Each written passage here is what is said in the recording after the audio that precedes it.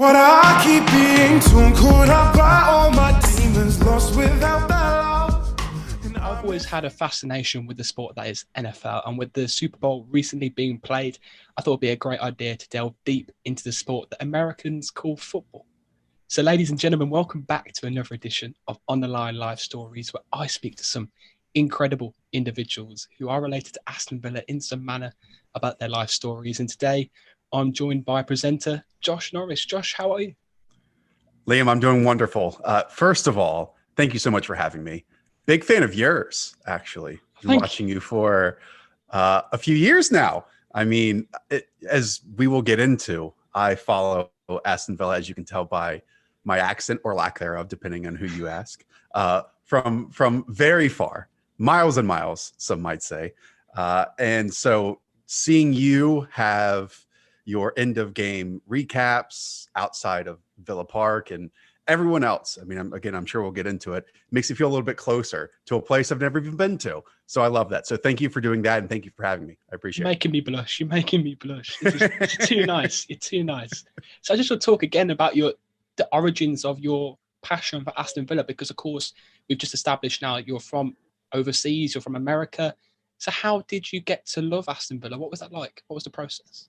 So about 8 years ago, I moved to a town in Connecticut called Stamford, and that's where NBC Sports has their headquarters, or just built their headquarters at the time. And the first year that I moved to Connecticut was the first year that NBC had the rights for the EPL. And I mean, before that, it was very difficult to find on a weekly basis, even to watch here. And I was 8 years ago, I was 24 at the time. And so I just thought, when I was working in this newsroom with a bunch of other 23 to 27 to 30-year-olds, we thought, hey, we have this new property in what we call soccer, that why don't we all pick a club, pick a team, and support it? And since we're going to be watching it every Saturday and figuring it out. And as you know, and you could go into far more details than I could, at the time, it was a club with Fabian Delph. It was a club just coming off Christian Benteke's fantastic year. I didn't want to go and support a top six club. Just didn't want to do that. I wanted to be dragged through the mud a little bit, have some ups and some downs. But really, I just asked friends and people that I knew online, what was a club on the rise? And they told me at the time it was Aston Villa, one who could be, maybe a reawakened giant at some point. And then we know what has since happened, and I would not trade it for the world. I mean, there was a period over here that I could not watch any of the matches in the championship. I mean, unless they were on ESPN Plus, watch ESPN over here. Liam, I went Saturday mornings at 7 a.m. would listen to local radio calls of Aston Villa. I got so into it. So it kind of grew a little bit more and more. And I would say just the arc of the story in that time has just made me even more invested. And it couldn't make me even more pleased to see where they are right now. So. And we've had a variation of managers at the helm. We've had Steve Bruce, we've had Roberto Di Matteo, we've had Dean Smith. So you've had your fair share of different entertaining styles of football, not necessarily for Steve Bruce, mind, because his style of football, quite frankly, is appalling. And we could get to that in a minute. But regarding Dean Smith, the current manager, what are your thoughts on him? Because I've spoken to many people regarding Villa about how good he is now. And it's a process. You look at teams like Arsenal and Manchester United who are calling for their managers' heads, but the whole thing's a process. And don't get me wrong, I was cautious of Dean Smith, but now the storm has passed and we're doing really well in the Premier League. What are your thoughts on him? Well, I love it. I mean, everything that he has done since joining, if you put it on a piece of paper, it's only been positives, right? He's only outperformed whatever expectations people could have for him. And sure, the results as a team are great, but I also look at it from an individual standpoint and say that he has improved basically every single player that either was on the team at the time or they have brought in ever since.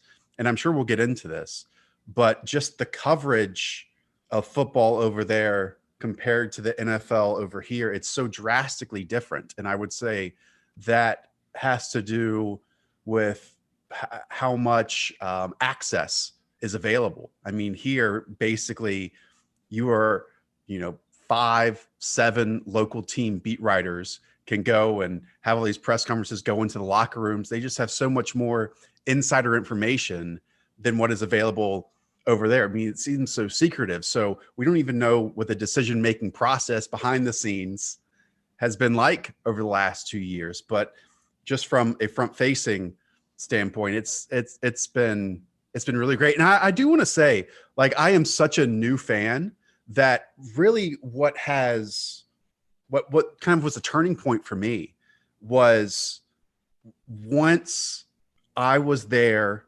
from the start of every single player at the club and then their rise from there. Like, I obviously had, an appreciation for, I don't know, the likes of Alan Hutton, the likes of Ron Vlar, speaking of, even like I had my moments with Landry Bacuna, right?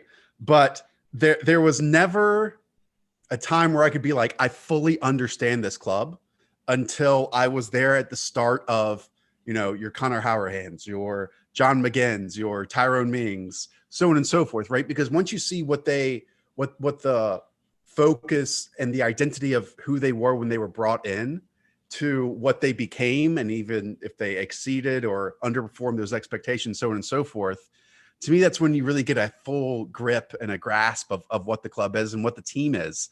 And so that's been really the most enjoyable part. You became sort of addicted to watching and seeing how the club's doing. I've spoken to, again, a few Villa fans who are from abroad, and I just want to get your viewpoint on what made you continue to watch the club. Was it the fans, the atmosphere on social media? Because social media is a big platform now, and Villa fans are quite opinionated on there. Was that a factor in you supporting them? I think it's what's at stake in every single match. I mean, it's so different than, let's say, the NFL over here, where, you can go 1-15, 2-14, but hey, you're back in the same league next season. And because of how bad you were the previous year, you're able to land the best possible player coming out of the college ranks. So if you're bad, you in some ways get rewarded for that because they want parity, right? They want competition. What is on the line and how many matches are being played? I think it's the perfect number too. I mean, right now it's 38. I think in the championship, and correct me if I'm wrong, it's 44 or something like that a season. Yeah. Close to it. Yeah. I mean, it's like just the right amount, right? Every single Saturday, sometimes on Wednesdays, so on and so forth. But how it really matters until the end. And it's not like, I mean, I obviously watched and didn't fall out of love with it because I wasn't in love with it, but could tune it out in the Premier League and didn't know like how drastic it was to get relegated from there, because I'm sure many fans, because they were such an established club. So how you can't just immediately reemerge and just go back. How you really have to, and Villa did it, reshape your entire roster and change the mentality and go through all the managers, as you mentioned. To me, that added this layer of interest that it's something that cannot be replicated here in the United States, just how drastic it is on a week-to-week basis and how you really can go, Leeds as an example, from the top to the bottom and then try to work your way up. And that might take an entire decade, if not more. And as well, America and here in the UK, we speak the same language, but our cultures can differ. So regarding looking at these games and looking at the fans and getting appreciation for different cultures, do you believe that slightly changed you as a person? Do you know what I've also found interesting is it's the same sport-ish across the world, yet football here and basketball might be the most similar, but you can have 11 players out in the field, all from different countries. And that seems so simple to say out loud, but coming from the perspective that I am, where sure, you might have people from 11 different states, but it's all the same country, right? Like we rarely see players from outside the 50 states come and have a success, maybe Canada, so on and so forth. But just your ability to have someone from England to Burkina Faso to Egypt to Scotland to Ireland to Brazil, and it might take them France to speak the same language or learn the tendencies, because since the game is in constant motion and constant movement, there's nothing like the NFL is here where you run a play for 7 seconds, then you have 40 seconds to figure out what your next movement is. And so pretty much based on that call, everyone knows exactly where you're going to be at that moment. No, it is so much about your relationship and a string being connected to all these players around you. And then add on the layer that you might not simply speak the same language. That has always been a fascinating element to me that, again, is just something that I can't find over here with sports. And there's longer pauses of play in the NFL, but in basketball and football, it's a lot quicker and there's shorter pauses of play. So regarding getting a fascination with football, regarding other sports here like rugby and cricket, have you ever had the chance to watch them and seen the differentiation in sports over here? So when I find an interest, I kind of get obsessed with it. And so really what Aston Villa, so a little background on me. When I was 7 years old, the NFL at the time only had, I believe it was 29 franchises. And two were created in 1995. And one was the Jacksonville Jaguars and one was the Carolina Panthers. The Carolina Panthers in Charlotte, North Carolina, where I was from. And so being 7 years old, I'm sure you can maybe have a similar path here. That was the time when you find something that you enjoy, you obsess over it. And so for me, the birth of the Panthers, we had season tickets. I rarely missed a game until I was 21 years old. That became my obsession. That became where every little piece of information I could finding where players went to school, what their heights were, how fast they were. I mean, every little detail of them. And it really probably led me into doing what I do now, which is obviously watching NFL games and talking about the success and failures and why one team won and one team lost, putting it simply. But I think working in it for so long, you kind of get too close to it a little bit. And I can truly say, and I've said this a lot, over the last 5 years, my connection definitely to the Panthers, but also I would say to football as a whole has kind of drifted a little bit. It's withered a little bit. And, you know, I'm not necessarily rooting for a team anymore. I'm certainly rooting for players. I'm rooting for entertainment, but probably my heart was missing that attachment, that if a win or a loss would impact you for the next 2 or 3 days. And Aston Villa is the closest thing to me to bring back that 7 to 12 to 16-year-old me of someone that loves to ride in this roller coaster of emotion that only sports can give you. And I'm really grateful that I've found that. I know that didn't necessarily answer your question, but Sorry. Aston Villa has definitely done that for me, for sure. And the withering of your interest for NFL, because I can relate in the fact that I have an addictive personality, and once I get a grasp on something, then I want to continue to do that and put aside everything else. So for me, sometimes that can be mentally straining. So with your addiction to NFL, because there's an entertainment factor of it, but certain elements, did you find that potentially mentally straining at times? Yeah, there's so many directions I could go with this.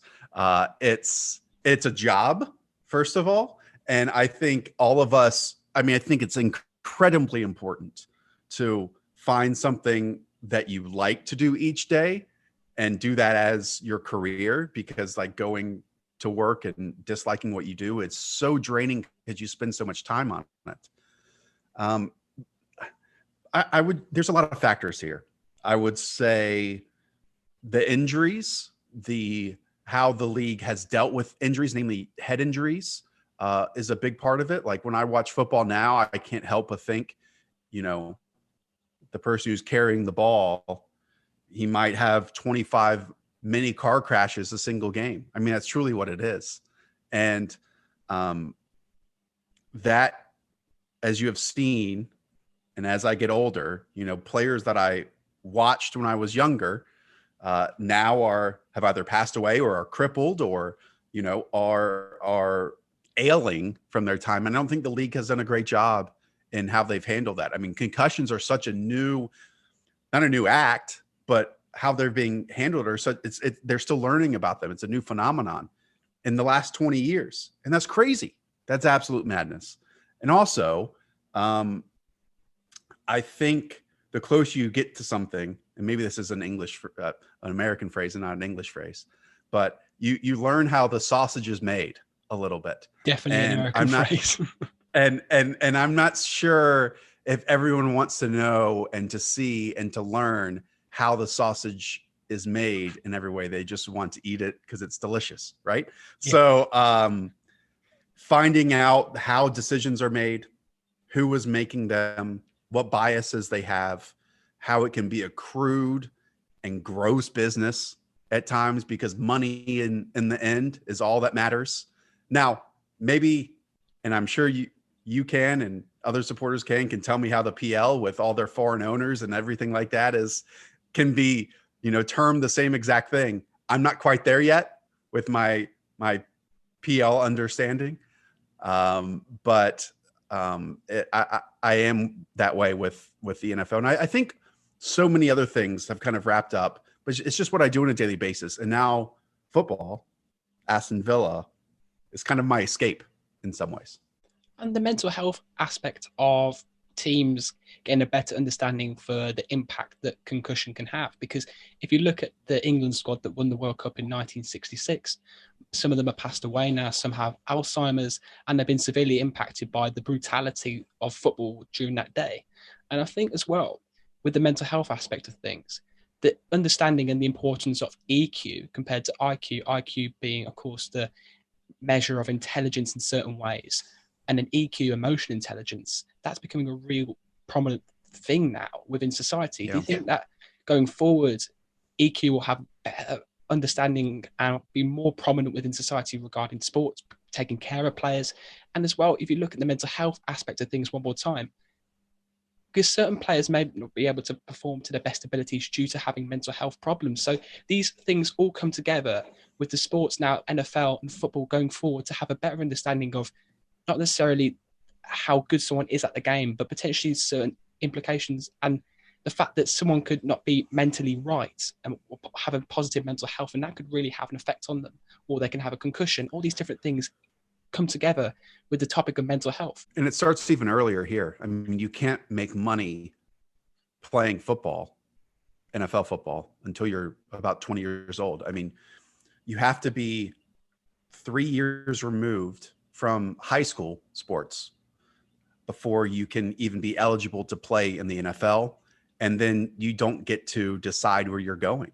The NFL draft process, teams select you and then you go and play for them. I won't go through the whole thing, but I mean, they're constantly, there was peewee football over here, which was contact for kids before they were, 14 years old. Then you play for your middle school, then you play for your high school, then you go and play for college. And there are countless players who come from difficult upbringings, difficult parts of the country, whose family maybe have given everything possible or put all their chips on the table because this player was, a highly guarded recruit, a 5-star recruit going to Miami or Alabama. I could name 100 other massive colleges. And sure, yes, they got a college scholarship because of it, a free ride to school, but it's not free. And the school makes so much money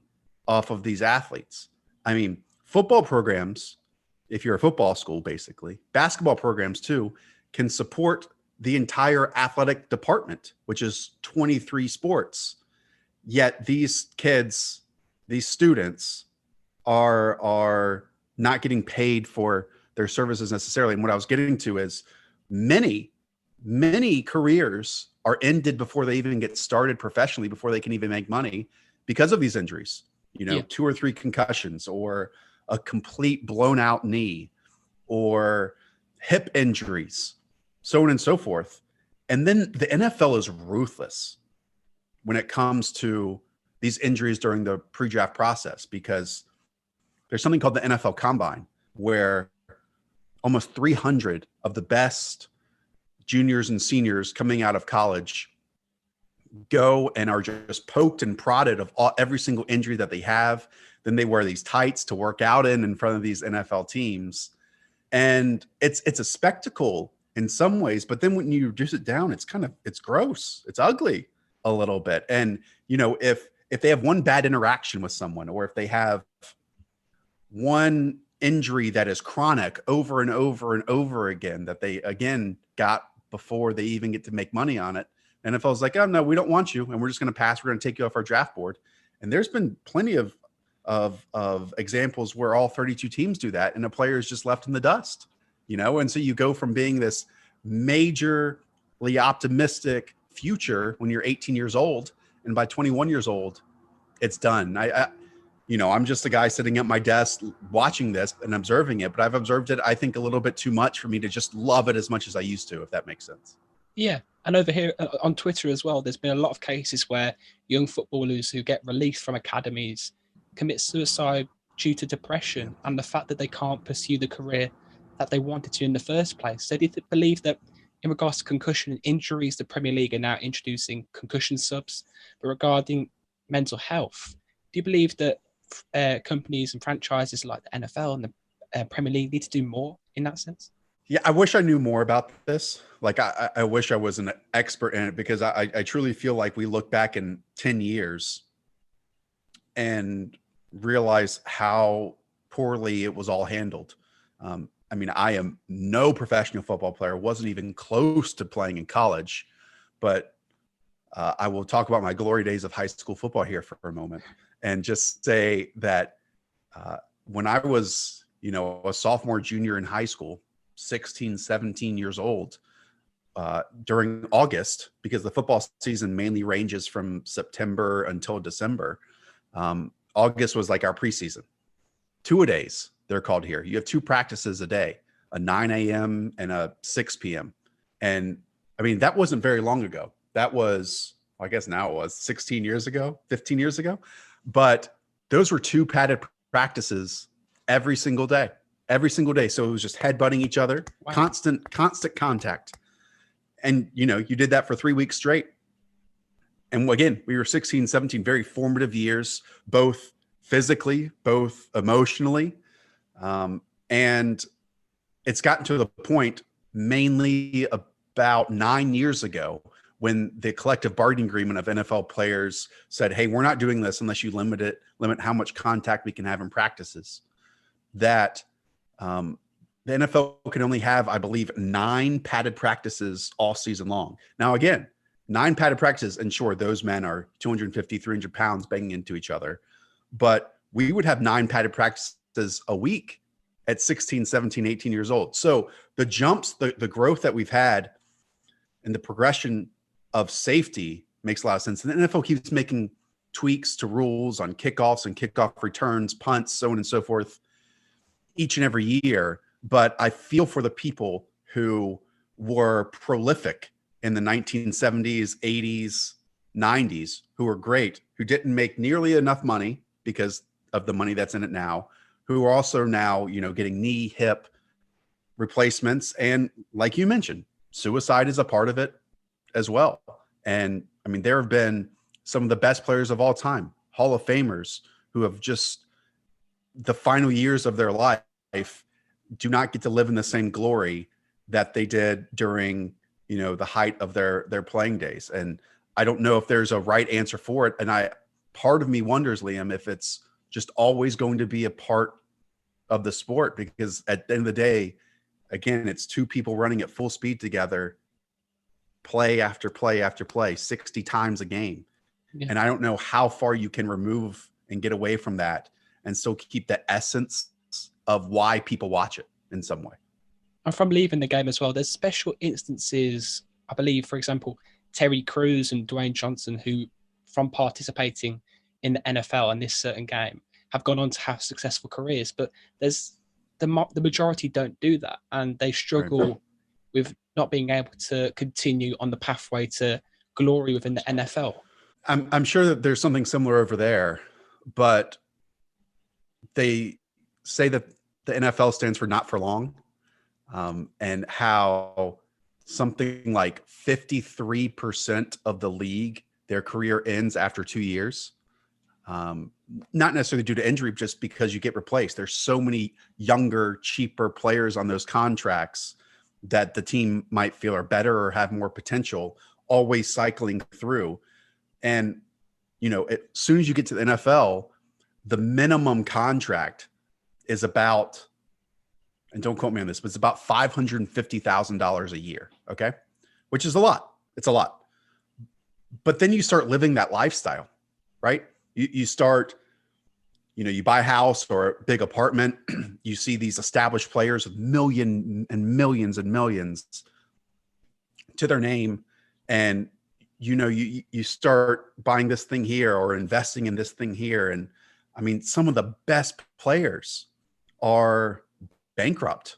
All their wealth is gone just because of bad decisions that they've made, that they didn't grow up with that type of understanding of what money is, or they have aunts, uncles, cousins who then come to them once they have made it and say, hey man, I'm in a really bad situation. Can you help me out? I mean, all these things add up. There are some incredible documentaries of it. I think there's a 30 for 30 on ESPN about it, that so many of these players just start living this lifestyle. And then when your career is over, it's done.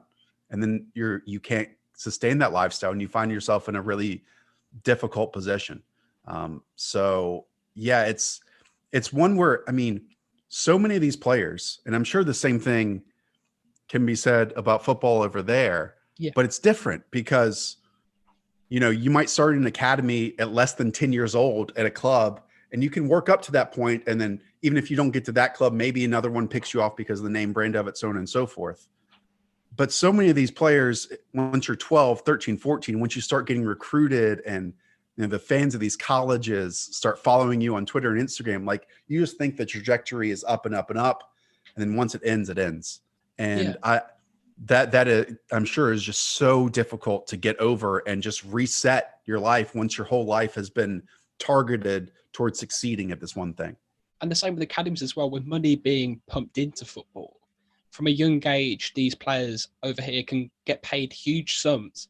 And due to the fact that they don't understand the real value of money, they can spend it on ridiculous things, and the consequence could be bankruptcy. So a lot more needs to be done in that sense. What do you think of the academy system over there? Because it's something that I am so not used to. Like I mentioned, so many people go to public or private high schools and middle schools and almost university, especially for football, and pretty much only for football. You play for your school, you represent your school, and then you go and you represent your university or college. And then finally you go and represent a professional team. But again, it might take you 10 years to get to that professional level where you finally make money. So what do you think about the system that they have over there, where maybe, I doubt it would ever change, because again, these schools basically get free work from and it makes them so much money. But I'd be interested to hear about what you think of your system. I believe that over the past few years, it's got better, because I think the sense was it was primarily football and education came second, because the important thing is for these players trying to pursue a career within football, if they don't have anything to go back onto, that's when they may resort to depression and they don't know what to do themselves, and that can lead to severe consequences. So with the academy system, what they're trying to do really is, yes, they're going to try and develop these football players to the best that they can be, but education is such an important element of anyone's life. So just to get those degrees or those A levels, those GCSEs, just to make sure that these players get those exams and go on and have some form of plan B. I think that's what's really important for any football player trying to pursue a career. And I'm sure that if that was in some way implemented over there in America, that could have huge success.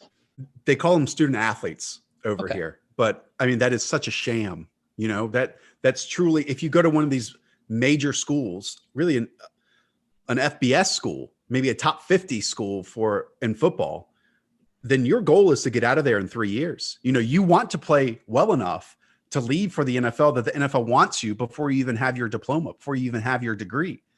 And I understand it from their standpoint, because again, that's why they chose that school and the players, and they have, this optimism, this belief in themselves that they can do this.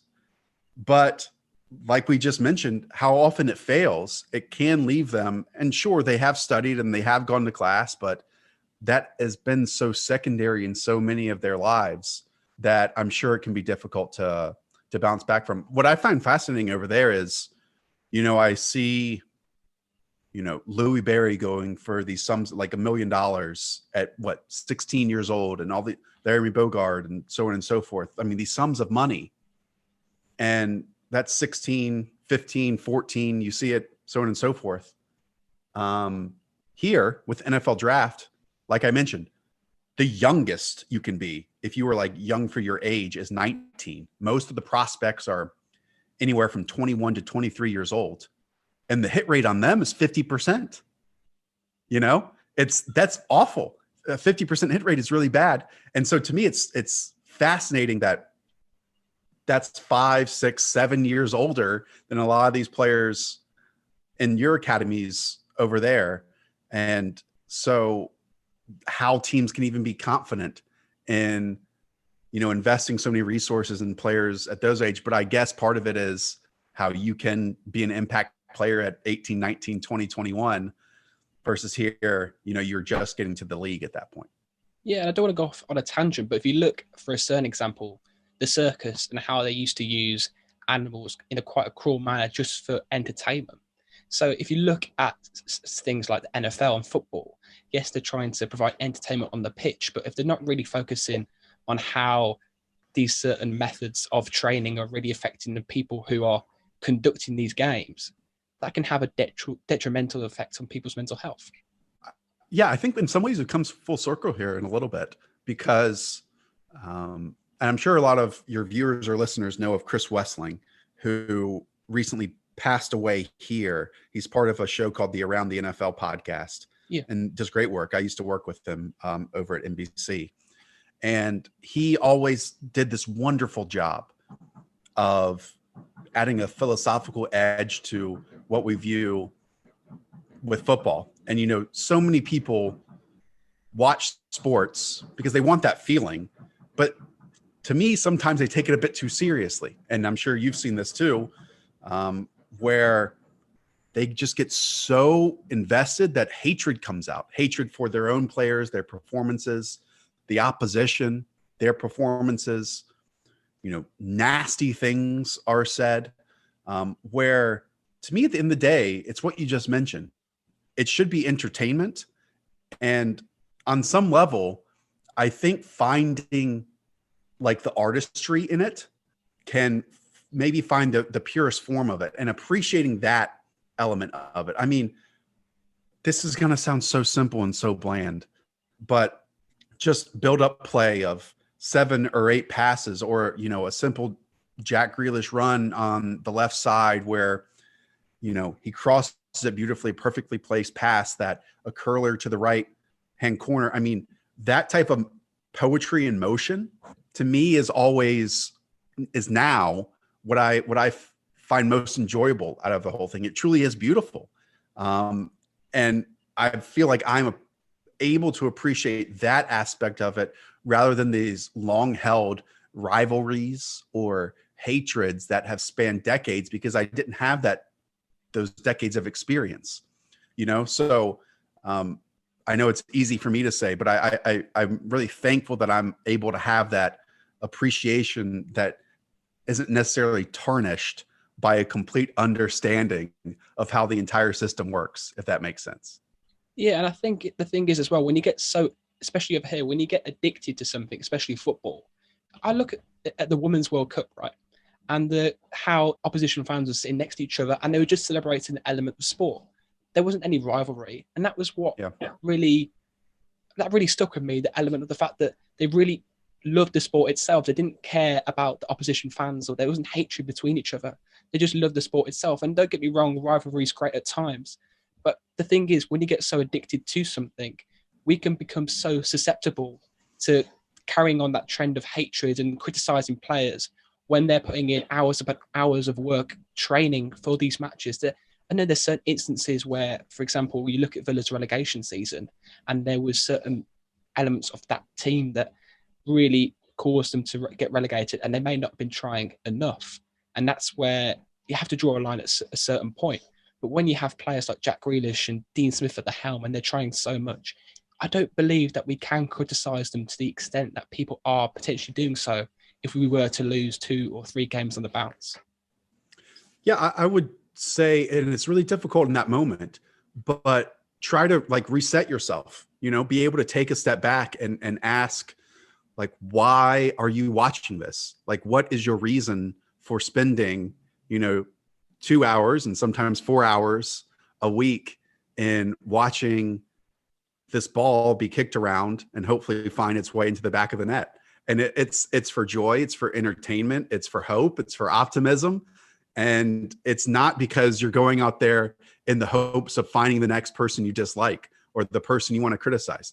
Now, Liam, let me tell you, one day when I do go to Villa Park and, they're lined up opposite Patrick Bamford and he does, dive because someone possibly does not hit him in the face, right? Will I be screaming at the pitch? Yes, I will. But hopefully in that same moment, I'll be able to let it go and understand how in the grand scheme of things, this was 2 hours of just entertainment in the end. And that allowed me to feel that emotion that nothing else does. So maybe I contradict myself saying that one day when I do, and I am able to go, that I will be completely invested, because I do appreciate that investment, but some perspective tagged on the end of it, I think probably is the most important aspect of it all.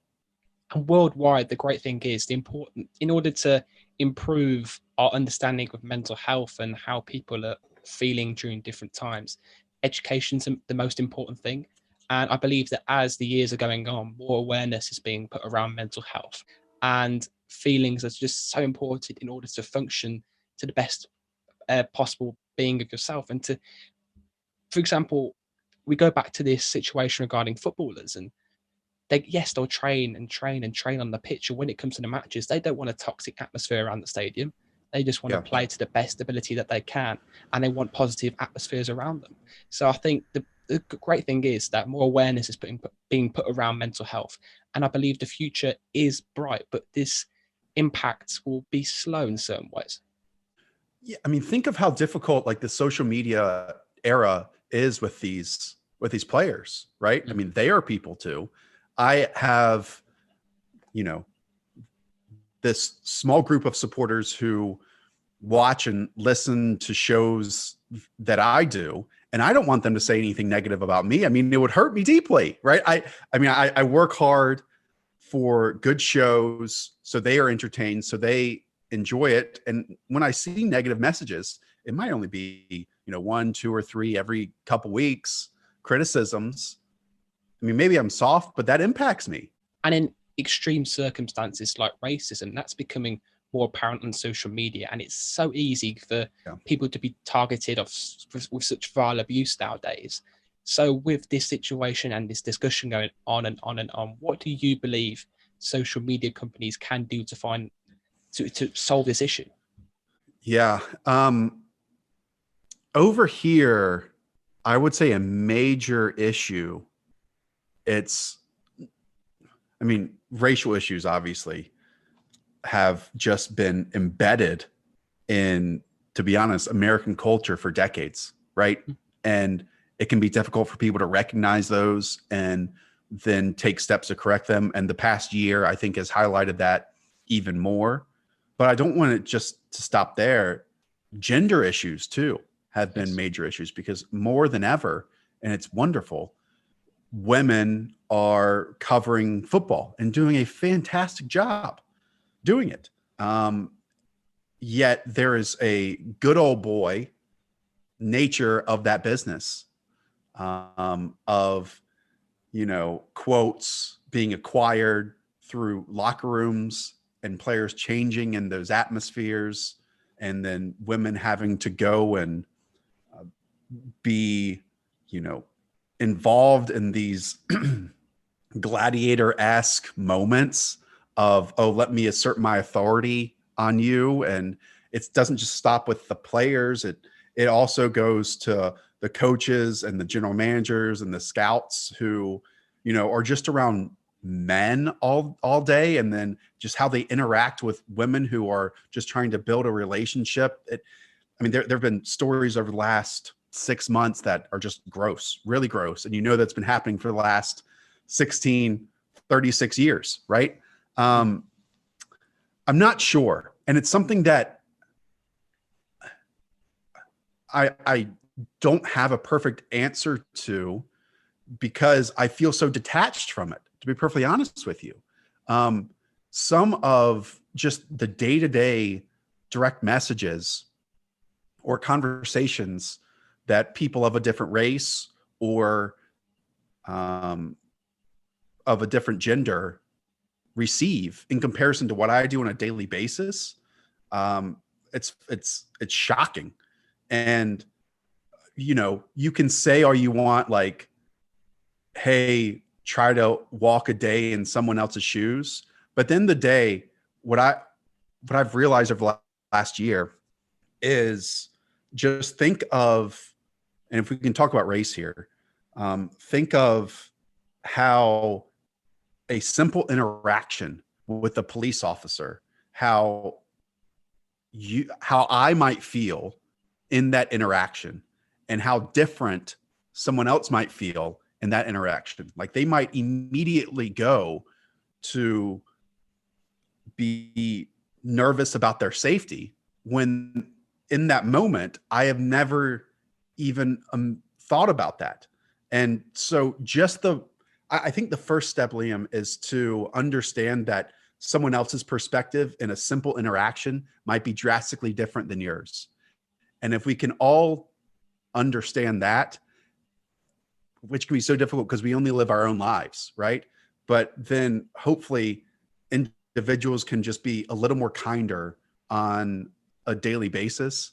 And over time, hopefully that changes, because I do feel, and I can only speak to, a section of the United States, that, 30-year-olds and under, and this isn't universal, but a vast majority of them are just so much more understanding of differences in people, whether it be gender, whether it be race, whether it be sexual preference, than, the 30 years of people before them.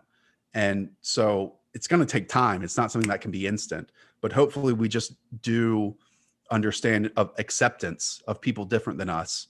And hopefully it just continues to progress in that direction. We've talked about many important topics within society, but just to round off this conversation regarding the NFL, the Premier League, where do you want these different sports to be in 5 years' time? Do you think they'll be in a better place, taking in all the subjects we have talked about today? This is a hard right turn, but I think you're going to see even more American fans of international football. This is going to be so weird to say this, but I think one reason why you're seeing that group progress is one, how easy it is to access watching either the Bundesliga, the Premier League, all these other La Liga on a daily basis because of streaming services. But the other is FIFA. FIFA is just the video game has replaced people playing Madden as kids, NBA 2K, that they can now find some players that they love so much, use them while playing this game with their friends, and then go and learn more about them and watch them in real life. And so I bet in the next 5 to 10 years, you just see an even larger group of American fans start and understand to appreciate what I think is a tremendous sport. It's no longer this connotation, this stereotype of, if a player gets kicked, he falls on the ground, rolls around in the mud, so on and so forth. I mean, I can't tell you how the old heads here think that is what this game is. And I would say if you watch it, look how fun, how entertaining, how beautiful just the constant movement is, and how scoring a single goal changes the complexion of an entire match. I mean, you have NFL games that go into the 50s, 60s, 70s in points constantly. You have NBA games that go into hundreds, and a 1-0 nail-biting victory can sometimes draw out the biggest emotion in you as a football fan. So maybe that wasn't the answer that you were expecting, but in the next 5 years, just the fan base of Americans that appreciate football over there, I think will continue to grow drastically. This has been such a fascinating conversation. You talk so eloquently regarding these topics within society. So I just want to say a big thank you for coming on today. I really appreciate it. I live on the train tracks, by the way, so that's why you keep hearing the train passing by.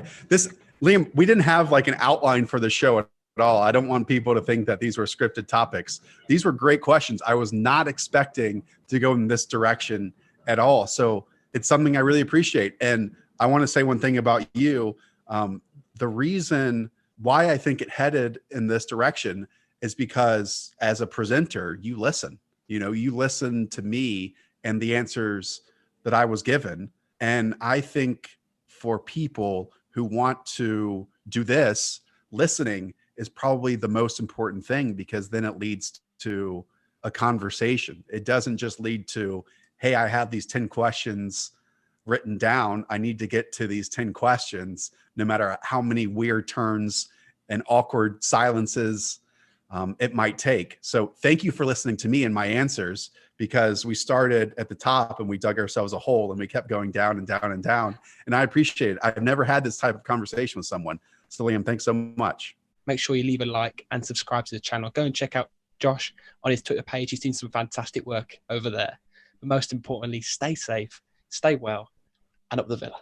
I keep being too caught up by all my demons, lost without the